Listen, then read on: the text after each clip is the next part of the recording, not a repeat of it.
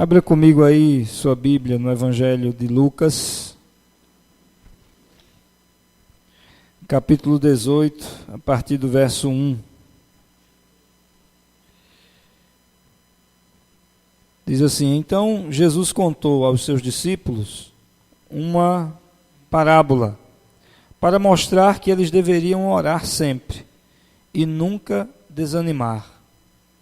E ele disse: Em certa cidade havia um juiz que não temia a Deus, nem se importava com os homens. E havia naquela cidade uma viúva que se dirigia continuamente a ele, suplicando-lhe: Faz-me justiça contra o meu adversário.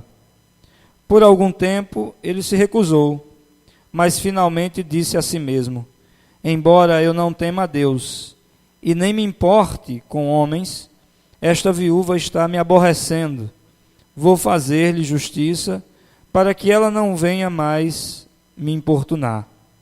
E o Senhor continuou: Ouça o que diz o juiz injusto. Acaso Deus não fará justiça aos seus escolhidos, que clamam a Ele dia e noite? Continuará fazendo-os esperar? Eu lhes digo, Ele lhes fará justiça, e depressa. Contudo, quando vier o Filho do Homem, encontrará fé na terra?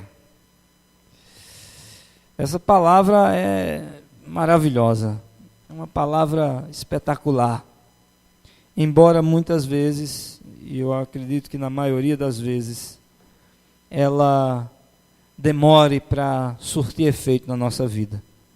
Porque eu acredito que há muitos aqui, como eu, já leu essa passagem uma dezena de vezes. E a pergunta que se faz é: ela fez diferença na sua vida de oração? Que impacto essa palavra ela produziu na sua vida e no seu relacionamento com Deus? É interessante porque Jesus conta esta parábola para os seus discípulos. Vocês consideram um discípulo de Jesus? Pergunta para quem está do seu lado: você é um discípulo de Jesus?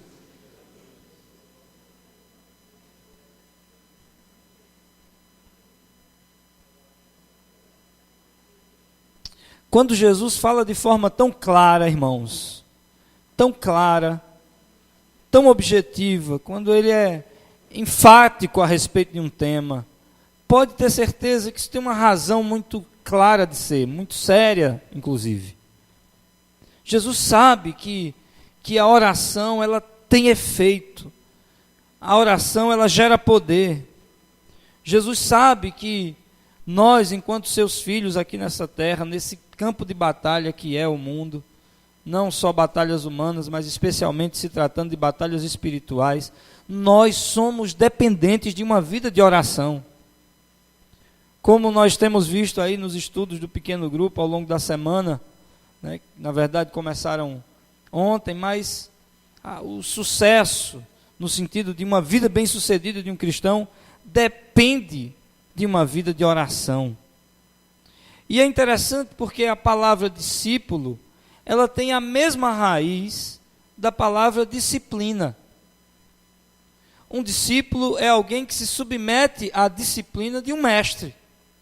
E no nosso caso, discípulos de Jesus, nós deveríamos nos submeter às mesmas disciplinas de Jesus. Você sabe que até no meio acadêmico, no universo acadêmico, a gente usa para matérias a palavra disciplina, né? Mesma coisa.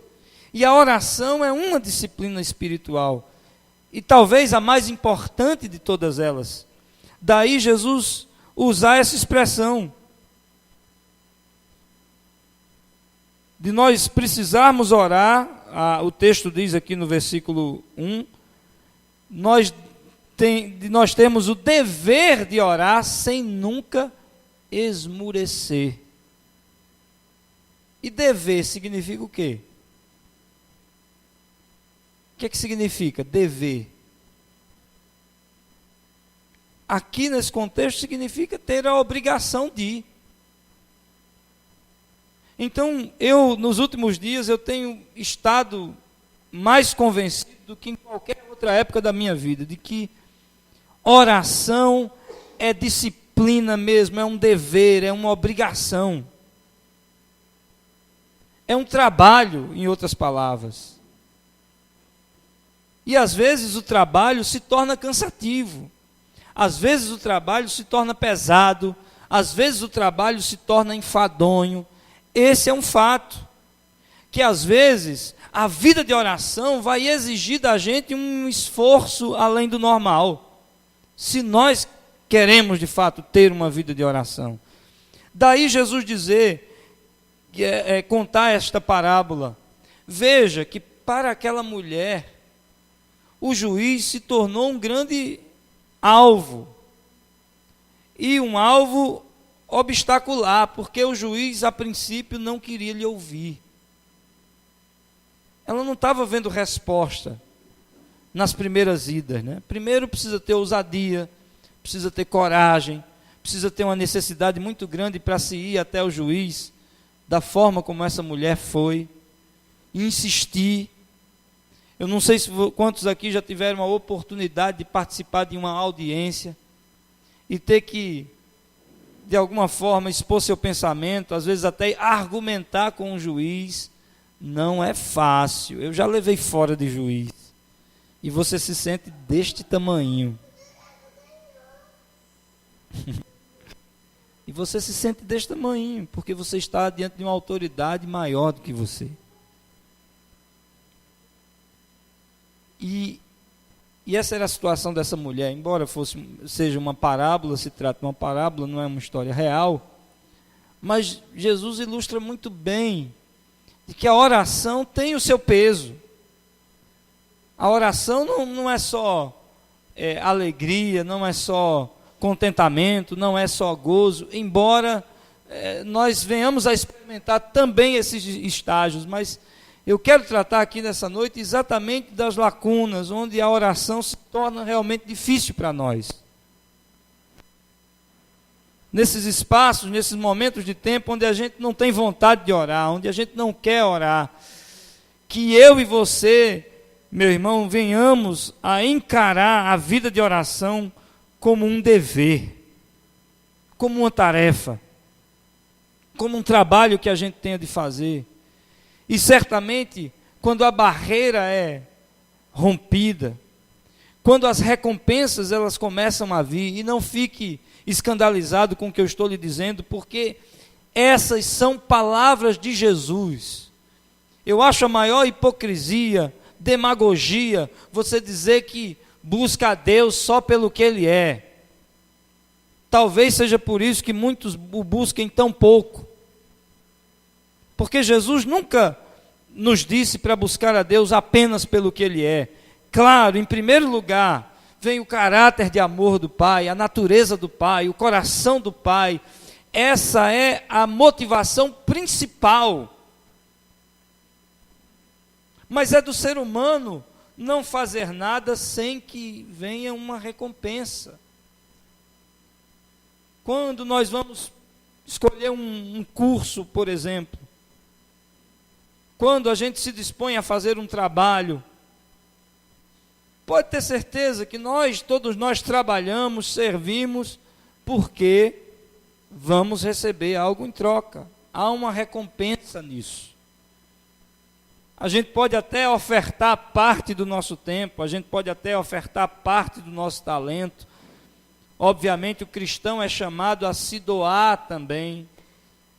Mas na maior parte do tempo nós estamos trabalhando em função de um salário, de uma recompensa. Eu estou falando alguma besteira aqui? Porque o ser humano funciona assim. E Jesus, lá em Mateus ainda, capítulo 6, a partir do verso 13, nos ensinando a respeito da oração, ele diz: busque o seu Pai em secreto, que vê em secreto, e lhe recompensará. É o que Jesus está dizendo aqui com essa parábola. A mulher, ela vai em busca do juiz, porque ela sabe que o juiz é capaz de lhe abençoar. O juiz é o único capaz de julgar positivamente a sua causa. Essa autoridade aqui, ela tem condições de lhe dar vitória em relação ao seu adversário. E o que Jesus está dizendo é a mesma coisa em relação à nossa vida. Não é nem de longe que Deus seja um juiz iníquo. Acho que Jesus faz exatamente esse antagonismo para a gente entender que se um juiz iníquo, ele é capaz, e desculpa a expressão, a partir de um enchimento de saco, de responder à causa de uma mulher que não tem nada para lhe oferecer em troca, quanto mais o nosso Pai Celeste, quanto mais Deus está disposto a abençoar aqueles que o buscam. Você crê nisso, meu irmão? Você crê que a oração ela é eficaz para nos trazer resposta, para nos abrir portas, para nos tornar mais íntimos de Deus, para nos fazer crescer no Senhor, para nos dar vitória em relação aos nossos inimigos? Você crê nisso de fato, meu irmão? E por que é que a nossa vida de oração é tão tacanha, eu posso dizer até tão inexpressiva?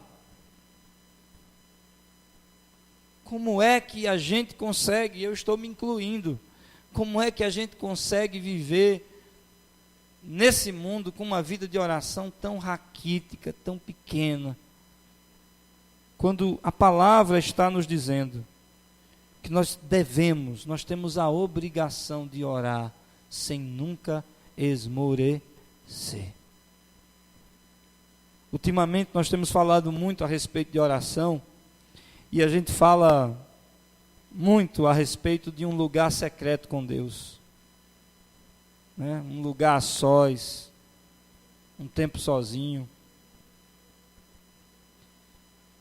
E é imprescindível que a gente tenha esse tempo. Trancar a porta do nosso quarto, mas estar a sós com Deus e clamar e se derramar, e até que Deus responda, até que o Senhor se manifeste. Mas há uma dimensão que tem sido menos enfatizada, e ontem, num pequeno grupo lá na casa de Guilherme, me permita, viu, André, citar, André até falou, rapaz, olha, para mim a coisa funciona assim, eu não consigo ficar menos de meia hora sem clamar por Jesus, quer eu esteja dirigindo, quer que eu esteja caminhando, quer que eu esteja fazendo alguma coisa, eu me sinto desprotegido sem esse clamor. E sabe de uma coisa? A chave está exatamente aí, nessas duas dimensões. Há dois irmãos em Cristo, no Senhor, que viveram em épocas diferentes, e da experiência desses irmãos nasceu um livro que é um clássico, é Praticando a Presença de Deus. E esses irmãos narram, na verdade o livro é o diário deles, dentro de uma disposição de se buscar a presença de Deus. E esses irmãos, assim como André testemunhou, não sei nem se ele teve acesso a esse material, mas esses irmãos viviam exatamente essa realidade. No dia a dia de trabalho, o tempo todo, clamar, invocar a presença de Deus, e o livro narra experiências extraordinárias que eles tiveram com Deus. E eu quero encorajar você nessa noite. E nessa noite eu estou pregando para mim também. Aliás, sempre prego, mas hoje de uma forma especial, porque eu conheço as minhas carências. Que nós venhamos a praticar essas duas dimensões da nossa vida. Primeiro, a de todo momento, a de uma vida de oração, como diz o apóstolo Paulo escrevendo aos Tessalonicenses, orai sem cessar. E para eu orar sem cessar, isso significa que a oração ela é válida, mesmo quando eu estou dentro dos meus afazeres, mesmo quando eu estou surfando, andando de skate, mesmo que eu esteja fazendo alguma tarefa no meio do supermercado, é orar em todo tempo, orar incessantemente, é nutrir constantemente a consciência viva da presença de Deus comigo, sem abrir mão também das outras dimensões da oração.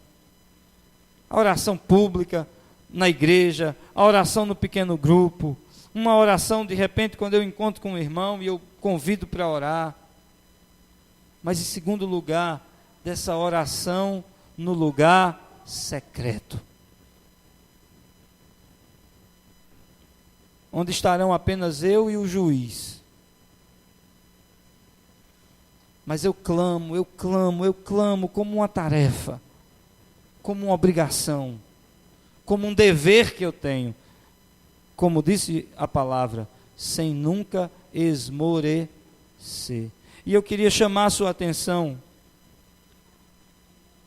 para esse versículo 7. Lucas 18, verso 7. Olha o que diz: acaso Deus não fará justiça aos seus escolhidos, que clamam a Ele de dia e noite?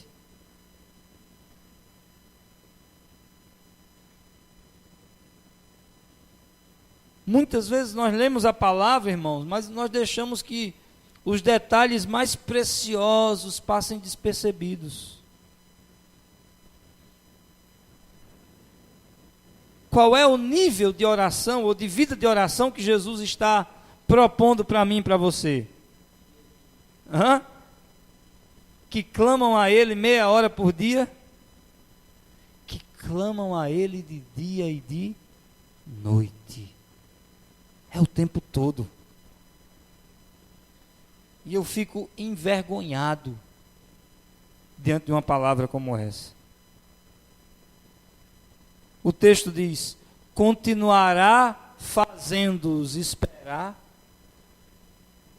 Quer dizer, em outras palavras, você acha que Deus vai te deixar sem resposta, meu filho? Pergunta isso para o seu vizinho. Você acha que Deus vai te deixar sem resposta?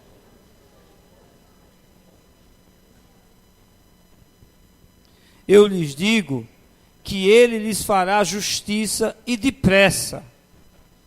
A grande questão é: quando vier o Filho do Homem, achará fé na terra? A fé no seu coração, meu irmão, suficiente para colocar em prática essa palavra?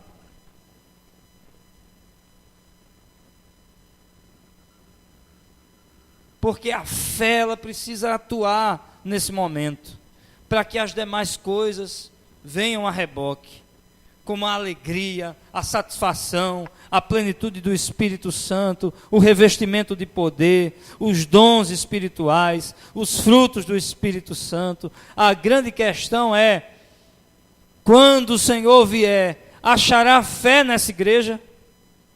Amém. Um pouquinho, né? Pelo menos um pouquinho. Quando Jesus voltar, achará fé nessa igreja? Amém. Amém. Qual deve ser o nível da nossa oração? A oração como um dever, sem nunca esmurecer. Um povo que clama de dia e de noite. Eu acordo clamando ao Senhor. Eu saio para a escola, para a faculdade, para o trabalho, conectado com Deus. Eu volto adorando. Estou lavando a louça, estou adorando. Estou aguando as plantas, estou adorando. Estou no meu trabalho, estou clamando, estou buscando, estou conectado com Deus. É esse o nível de oração que Jesus está falando. É preciso ter convicção de que, se nós pedirmos, o Senhor nos dará. Que se nós clamarmos, Ele responderá. Que se nós batermos, Ele abrirá. Foi a promessa que Ele fez.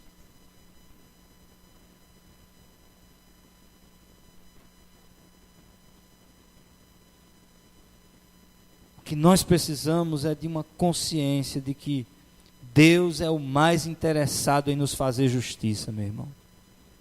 E sabe, quando o texto diz fazer justiça, não é necessariamente que nós estejamos numa situação de sofrimento, de injustiça, de estar passando por alguma perseguição, de alguém estar nos privando do nosso direito e Deus precisa intervir. Não. Pode alargar a sua visão. Porque fazer justiça, no sentido da palavra, é de fato nos recompensar. E a primeira recompensa que você vai ter é um derramamento sem medida do Espírito Santo sobre a sua vida. É o dom mais precioso que nós podemos ter. Uma vida cheia do Espírito Santo. Então, aproxime-se de Jesus. Ainda que por fé, sem muita emoção, sem muito sentimento, mas como um dever, mas se aproxime dele. Buscando, clamando, você vai ver que o Espírito Santo vai derramar paixão sobre o seu coração, e aquilo vai se tornar um prazer na sua vida. Você vai se ver encantado por Jesus, apaixonado por Jesus, sem querer passar muito tempo distante da presença dele. Isso é avivamento. Agora, segundo lugar, tenha essa consciência de que mesmo quando você não se sentir bem para orar, não tiver vontade de orar, quando vier o desinteresse pela oração, encare como um trabalho, encare como uma tarefa, que à medida em que você busca, Deus renova a tua vida, Deus enche novamente o teu ser. Tenha certeza de que quando você coloca a fé em prática, o Senhor te fará justiça, Ele vai te responder.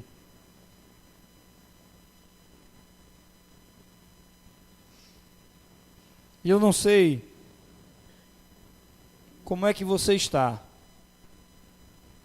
como anda a sua vida de oração. Mas você não precisa esperar até o aviva chegar para ser cheio da presença de Deus, para ver o seu nível de espiritualidade crescer, decolar de uma forma como você nunca imaginou ser. É através da oração que as nossas vidas elas são impactadas, irmãos. Que a minha vida e que a sua vida pode ser transformada. A palavra é verdade, ela é viva, ela é eficaz. Ela nos transforma, ela nos molda. Mas um encontro pessoal com Jesus pode promover uma transformação a qual nós nunca imaginamos ter na nossa vida. Um encontro pessoal com Ele, como teve o apóstolo Paulo e tantos outros homens de Deus. E as suas vidas foram, de fato, completamente transformadas. A oração traz intimidade com Deus, a oração traz libertação, a oração traz cura, a oração traz dons do Espírito Santo, traz capacitação, traz revestimento, a oração abre portas, a oração aumenta a nossa sensibilidade espiritual, a oração é tudo na vida de um seguidor de Jesus Cristo. Sem a oração não há vida vitoriosa. Se eu quero andar acima da mediocridade, eu preciso ter uma vida de oração de muita qualidade. Se eu desejo viver acima da mediocridade, eu preciso ter uma vida de oração de muita qualidade. Amém? E eu queria que você, se possível, se ajoelhasse aí no lugar onde você está, porque nós vamos ter um tempo de oração. E olha que coisa maravilhosa, nós vamos orar pela qualidade da nossa vida de oração. Nós vamos orar pela profundidade da nossa vida de oração.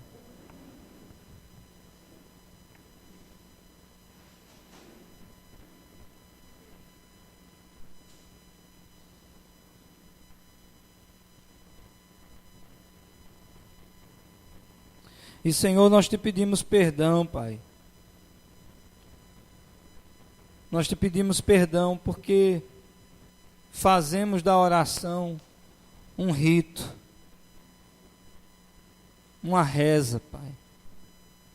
Nos perdoe, Deus, por muitas vezes repetirmos palavras frias, Senhor, sem vida, e chamarmos isso de oração, quando na verdade a oração é uma conversa contigo, é um diálogo. A oração é uma busca, é uma peregrinação. A oração é um caminho, é uma via pela qual nós encontramos a intimidade contigo, a amizade, a confiança. E nos perdoe porque neste sentido nós não temos sido teus seguidores, Pai. Nós temos sido religiosos, Senhor.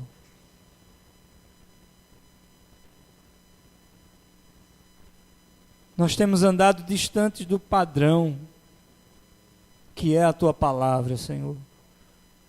O modelo. Não é à toa que a nossa alma seja tão carente, Senhor. Tão seca, Pai. Não é à toa que a nossa alma seja tão suscetível às tentações, ao erro, Pai. Mas nós viemos aqui nessa noite para sermos marcados pelo Teu Espírito Santo, para uma vida de oração profunda, Senhor, e de qualidade, Pai. Não apenas individualmente, mas ministerialmente, Pai. Deus, nós profetizamos uma igreja que crê na oração de verdade, Pai. Nós profetizamos uma igreja intercessora. Nós profetizamos uma igreja que escolhe a via do sacrifício, Senhor, da renúncia, Pai. Que paga o preço da oração.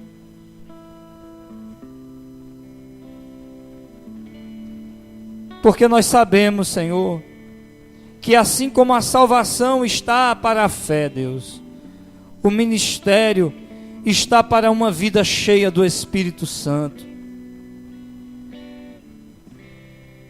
E em nome de Jesus, levanta intercessores nessa hora, Pai.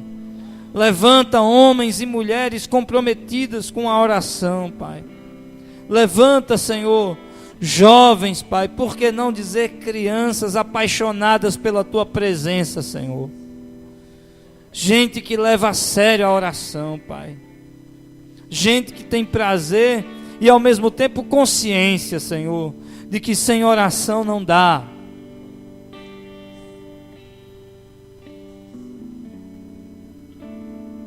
Faça a sua oração aí onde você está, meu irmão. Abra a sua boca e clame.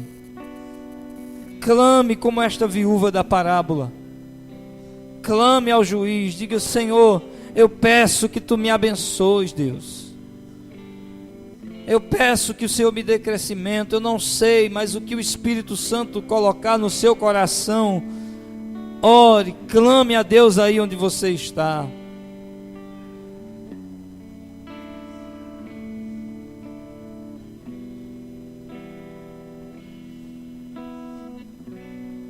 Como já disse um grande líder cristão, meu irmão, a oração é a chave do avivamento.